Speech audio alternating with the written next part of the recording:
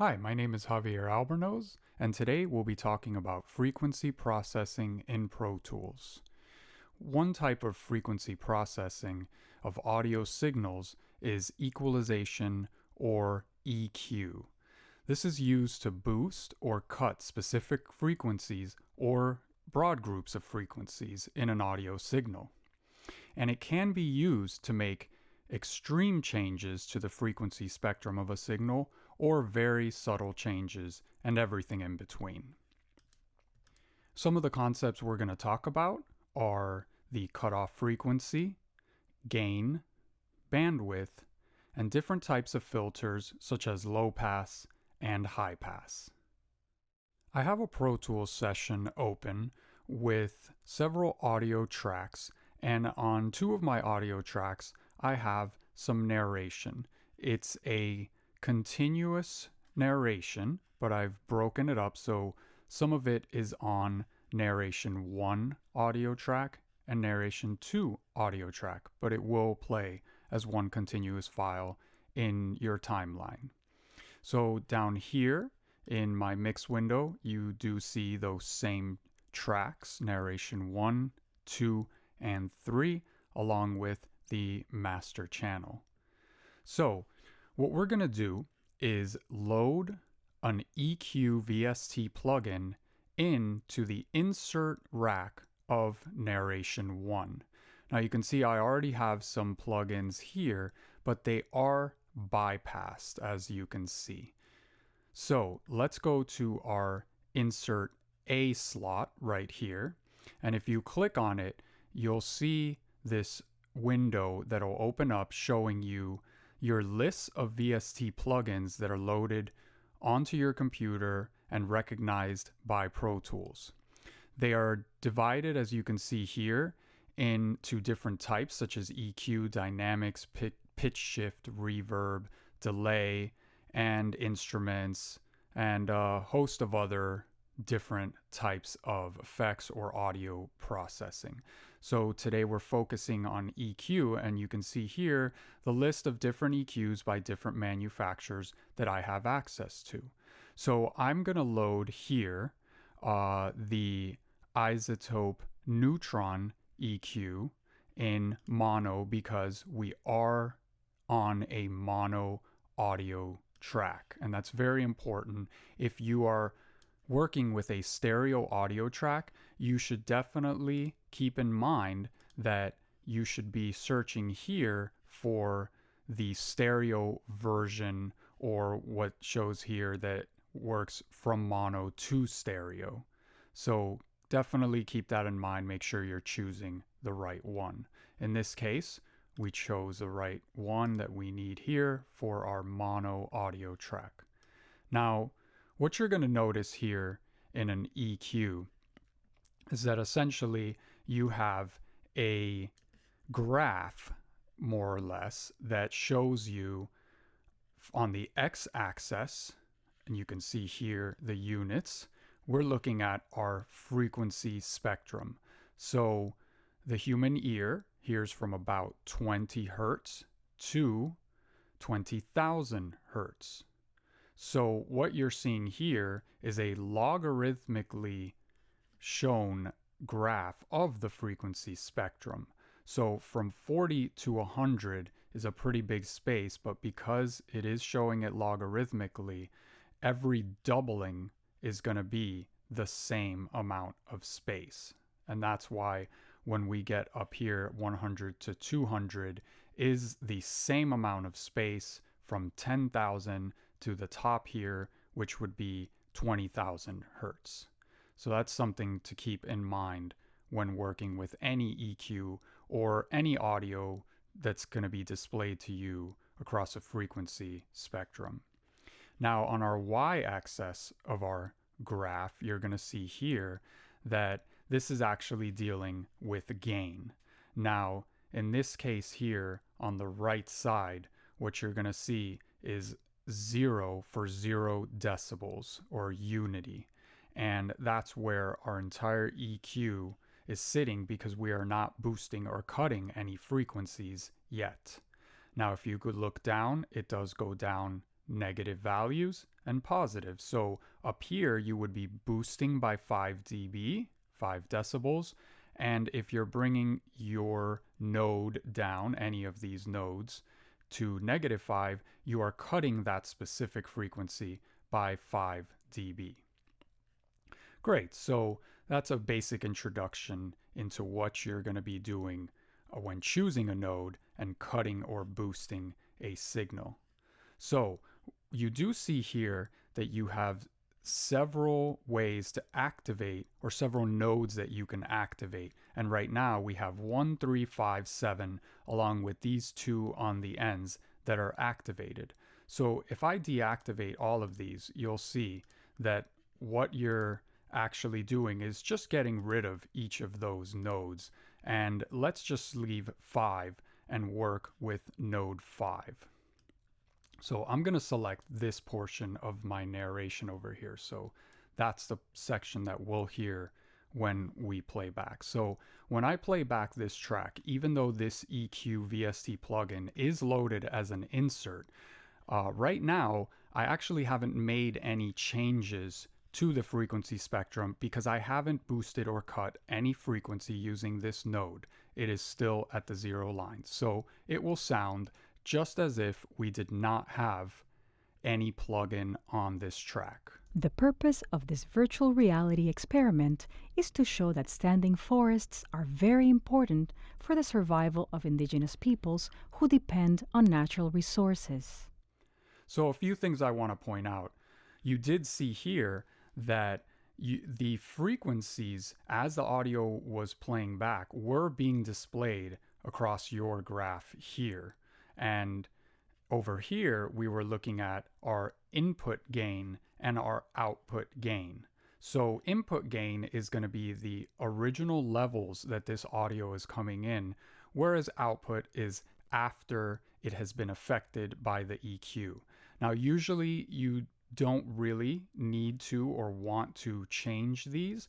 We want to just cut or boost our input signal using the nodes here and choosing the frequencies that we would like to cut and or boost. So let's start by taking this node that we have activated. When we select it, we see several options down here.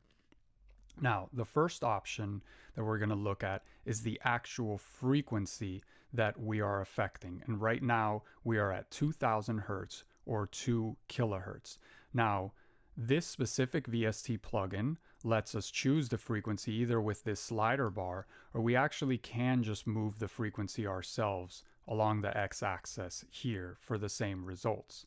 Now, as we go through this, keep in mind that this user interface for this specific plugin might vary slightly from other EQ plugins, but you are essentially doing the same thing and controlling the same kinds of things, such as frequency, the cut or boost gain, the type of filter, the bandwidth, which is referred to as Q, and how many nodes you're actually using to accomplish all of this. Now, each EQ might have different features aside from that. There is a dynamic mode here so that actually you can engage some compression or expansion of each individual node. But that is mixing dynamic and frequency processing. And for now, we're going to treat this as just a traditional EQ where we are just cutting and boosting frequencies. So let's take this node here that we have activated and let's see what happens when we take it over here to about 1K and we bring it down. You can see here that our line that is across the x-axis is actually now creating this dip here.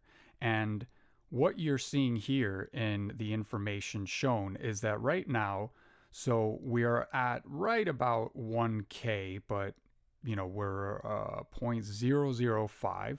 So just for our purposes of demonstration, that's not a big deal.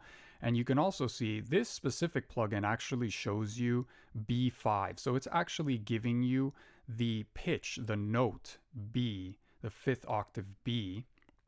And some plugins some EQ plugins may not give you that information, but it is just some extra information that can be useful when you're processing music-based material, and that can actually help you a lot. So below that, you see at this point, I'm at negative 12.8 decibels along the y-axis. So what that's telling me is that right now, this node is cutting negative 12.8 decibels at 1.005 kilohertz, or about 1,000 hertz. Now you see the last number below that. It's Q, and it's showing that it's a Q of 2.0. Now what Q refers to is the bandwidth of this specific node. Now I'm going to let this go, and you can see here that we do have a control for Q next to our gain and frequency, which are the three different parameters that we are affecting when I move that. And when I'm moving Q, you can see that as I decrease the Q value, I'm actually widening how much I'm going to affect along the frequency spectrum. So we're not changing our gain. It's still at negative 12.8, but the negative 12.8 only applies to the frequency at the node, which right now is at 1 kilohertz or 1,000 hertz. And as we go left or right of that node, so left being lower frequencies and right being higher frequencies, you can see that there is this gradual slope, so that by the time we get over here to 200 hertz and 100 hertz, we're really just affecting maybe 3 dB and 2 dB or below because of the nature of this sloping filter. When it comes to frequency processing, we do not usually want hard, jagged edges. So you wouldn't want sort of a rectangular kind of thing, filtering happening, because it's very, very harsh and doesn't produce desirable results when processing audio. So you're always going to have some degree of slope, and you do sometimes have the option of how much of that slope. And in this case, you are changing the slope with the Q control or the bandwidth. And as you can see, the higher I increase the Q on this selected band, we are basically creating, when I'm going to the highest point, which this specific plugin is the unit 40, it creates essentially just a notch where I'm only affecting this very, very small section of the frequency spectrum. So it's really something that gets used for very detailed control of what frequencies you would like to boost or cut. So let's go back to just kind of a broader Q. Let's set it to about 1. So when I play back my audio, I'm going to play it back with this plugin disabled or bypassed at first, and then we're going to compare it to what happens when I have this one node at 1000 hertz with this cut of almost 13 decibels. So here it is with the plugin bypassed. The purpose of this virtual reality experiment is to show that standing forests are very important for the survival of indigenous peoples. Okay, now let's hear some of it back once we activate our EQ. The purpose of this virtual reality experiment is to show that standing forests are very important for the survival of indigenous peoples. So you can hear how a lot of the frequencies at sort of the approaching the upper end of the spectrum when it comes to speech, we are cutting them significantly. So if you can hear, it is actually causing the narration to be kind of dull.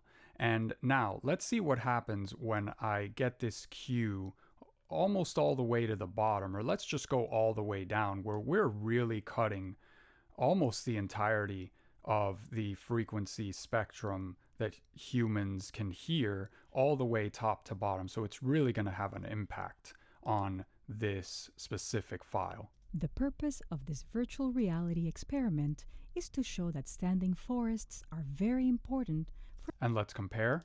The purpose of this virtual reality experiment is to show that standing. So not only did it make it more dull, but essentially because we are cutting so much along such a huge section of the frequency spectrum, we are just essentially also lowering the volume of the sound because we're lowering almost all the content that makes up this specific recorded file. Now let's see what happens if we go to a different section of the frequency spectrum.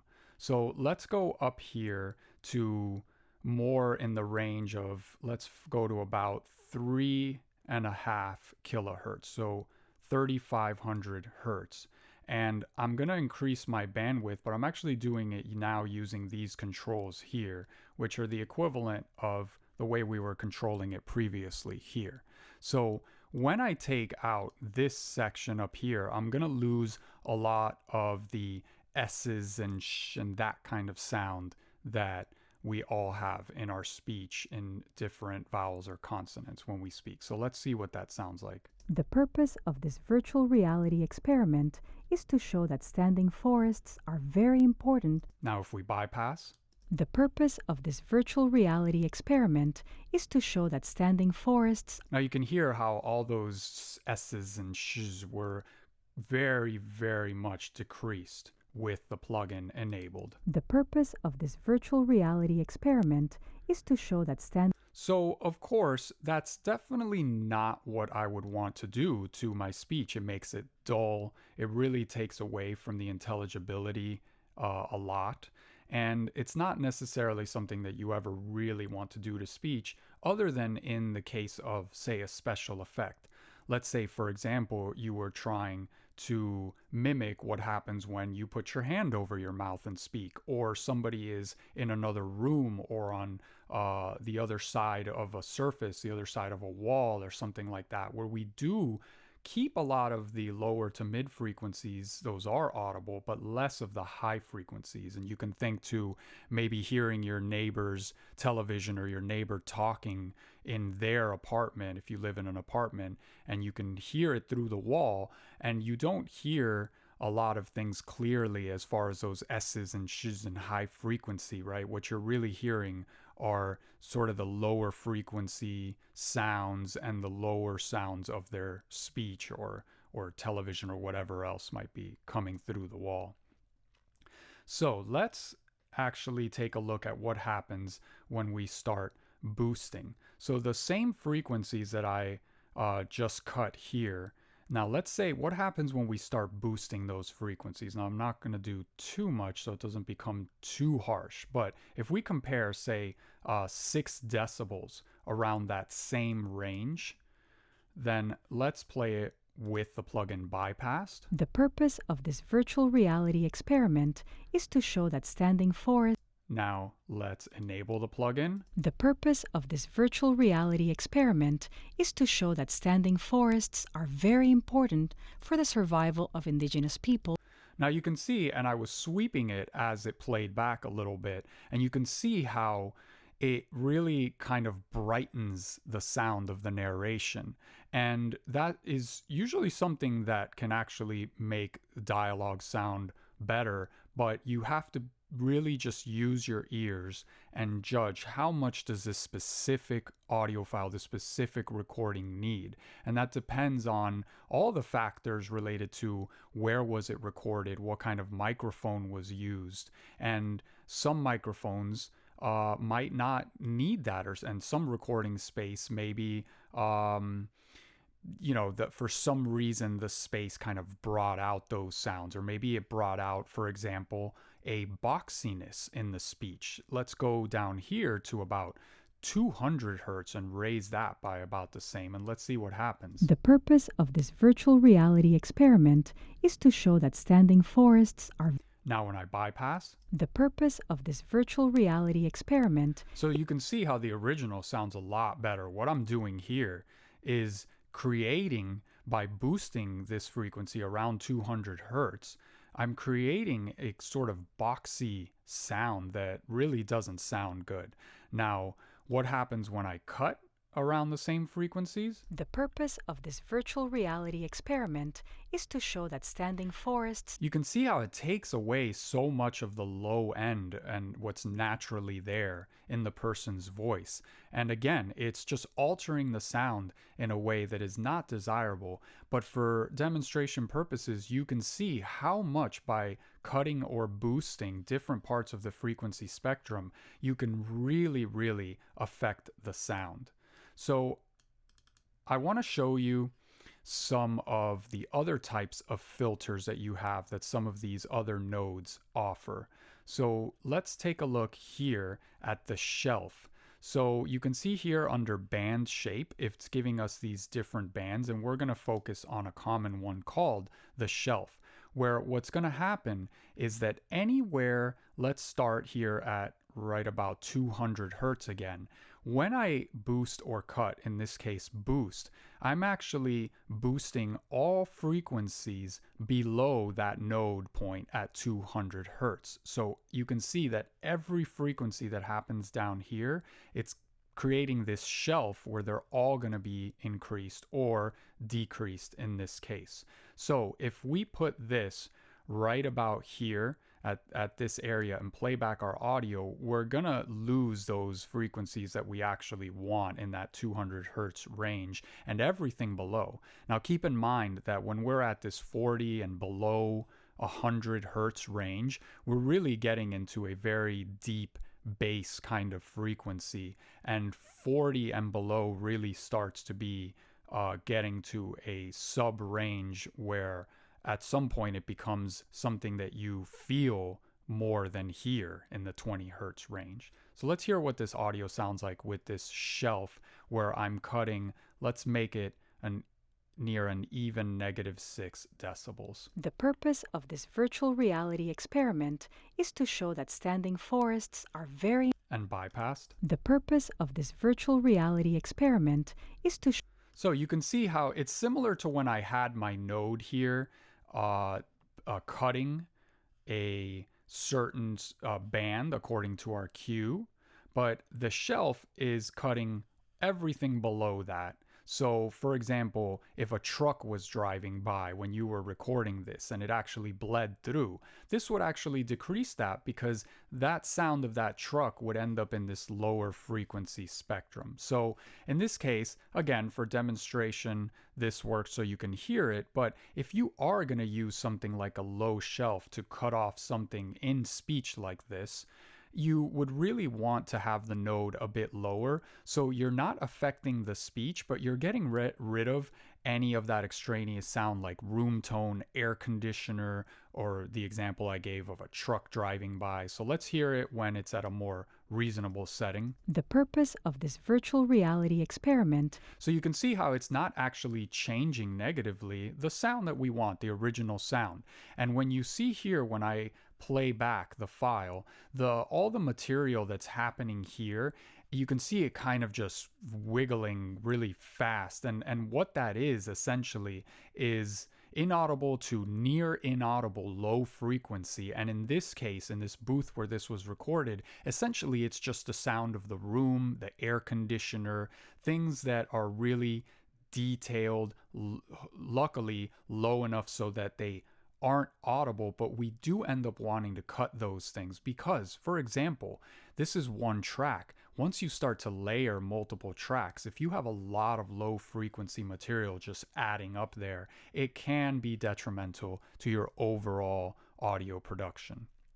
So let's conversely look at what happens when you use a shelf, but we use the high shelf. So what you're doing here is getting the same exact kind of function where we can cut or boost, but we're getting the shelf increasing or decreasing high frequencies. So if we make a shelf here and leave it at about 2,500 hertz, we're shelving up just 2 decibels, as you can see here, and we're going to raise all those high frequencies. The purpose of this virtual reality experiment is to show that standing forests are very important for the survival of indigenous peoples who depend on natural resources. Now you can see as I swept it, how much of an impact it had on the audio. And when I cut here a huge amount, I was going down, negative 16 decibels. You're really hearing how you're getting rid of all that high frequency material and essentially just making it dull.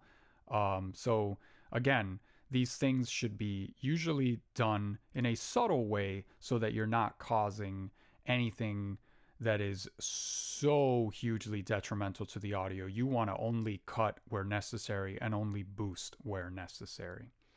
So let's look at now another type of filter other than the band or the shelf. What we have here is a high pass filter. Now what that means is you can see here essentially this filter is cutting off low frequencies starting at the point where I set the node and letting high frequencies pass through the filter. And that's why it's referred to as a high pass filter. So you do have different orders or different slopes of the filter, and they call it here band shape. And that's what you're seeing here, where per octave of frequency material, an octave meaning a doubling of the frequency, like for example 100 to 200 hertz, how quickly am I going to slope? Now 6 decibels per octave, you can see here that from 200 to 100 it is going about 6 decibels from here to here, and you can see that here on your y-axis.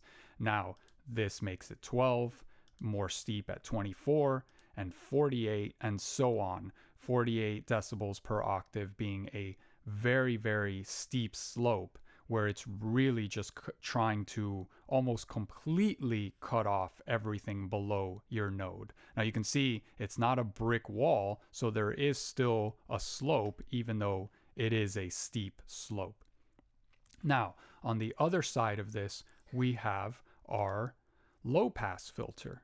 So it's the same concept and it has the same controls as far as slope, and it's going to cut all frequencies above where your node is set.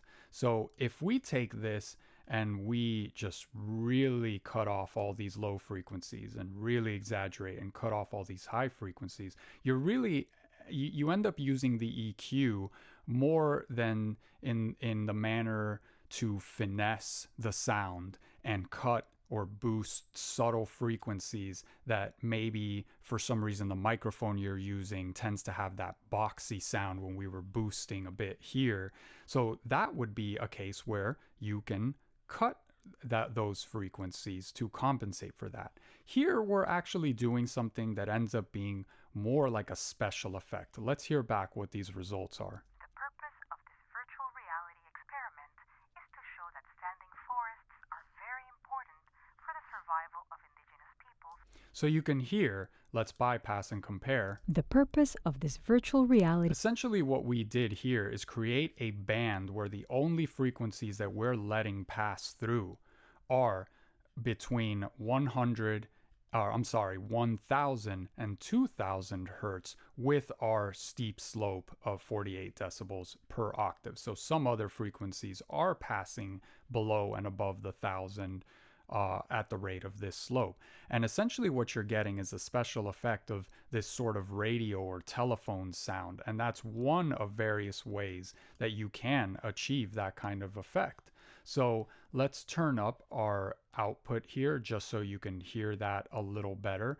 But let's hear it again and you can see how that would be a great effect for the sound of somebody coming through some kind of walkie-talkie or radio or telephone. The purpose of this virtual reality experiment is to show that standing forests are very important for the survival of indigenous people. Great. So let's undo that and get rid of those nodes. Last thing I'll show you guys is that with EQ, you do have this option of selecting and creating multiple nodes. And most plugins are going to give you any number of nodes that you can activate. And you can actually, for example, let's say we wanted to cut a little boxiness there. We wanted to increase some of those higher frequency sounds there.